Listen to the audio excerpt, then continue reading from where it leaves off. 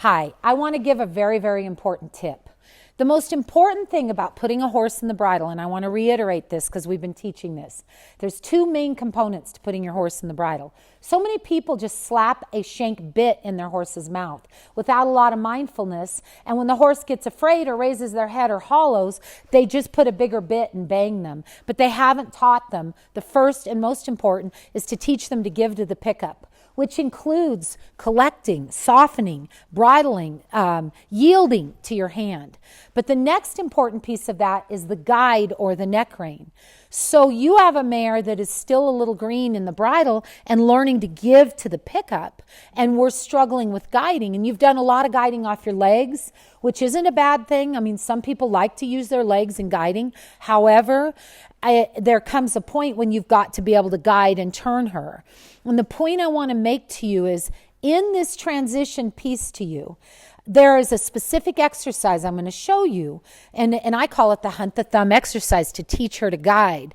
However, sometimes when they've been taught, like this mare, and this might be the only exception to that exercise needing a modification, and this is very, very important. When I do a hunt the thumb exercise, I usually have a horse that is yielding when I pick them up. She's only half the time yielding and really giving her face as soft as what she needs to. So we're going to guide and do the hunt the thumb exercise, which is completely separate. I want to reiterate, two separate points. The pickup, then your hand goes down and you work on the guide. You don't work on them both together. But in a mare like her, she has learned a behavior pattern, okay?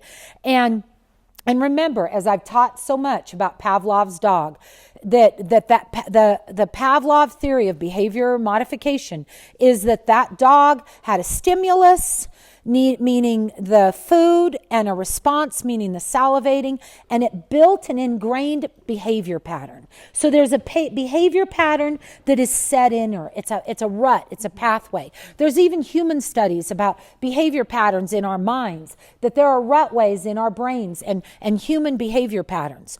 So she has a behavior pattern in place that when you guide off your hand, she hollows and lifts her head. So that involves a new problem, okay? Because we have to punish the lack of guiding or correct by the hunt the thumb exercise. We're going to move her over and correct that. But in between, we're going to have to go back to the pickup and reiterate and rebuild the behavior that when this mare feels someone go to guide, you see the head comes up and the head goes in the opposite way.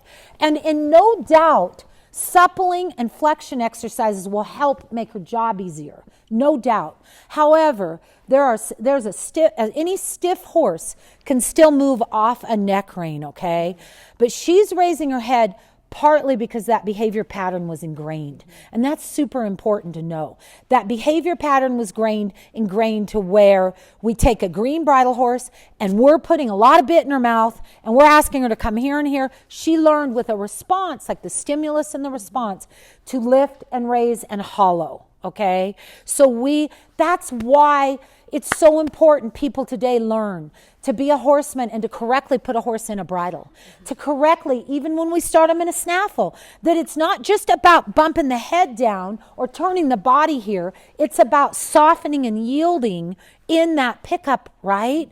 Because she's learned to hollow in the pickup. It's almost became a rut, which you found in the show arena, right? It's hurt you. Yeah. You're great in a nice big open circle, but you go to make a tight corner, her back hollows, she squats, she raises her head.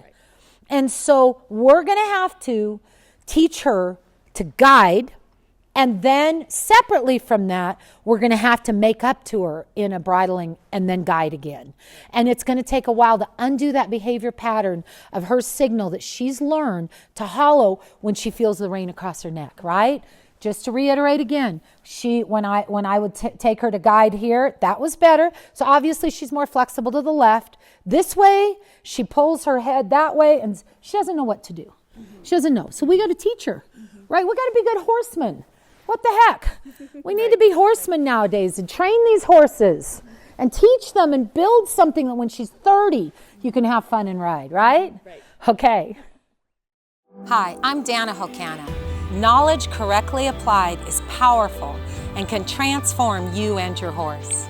Team Hokana Video Club gives you the knowledge and shows you how to apply it. Over 200 online training videos to help you in your daily workout with your horse, and new ones being released monthly. My goal is to help you transform your riding and your horse's performance. Join our team today. Go to Hokana.com.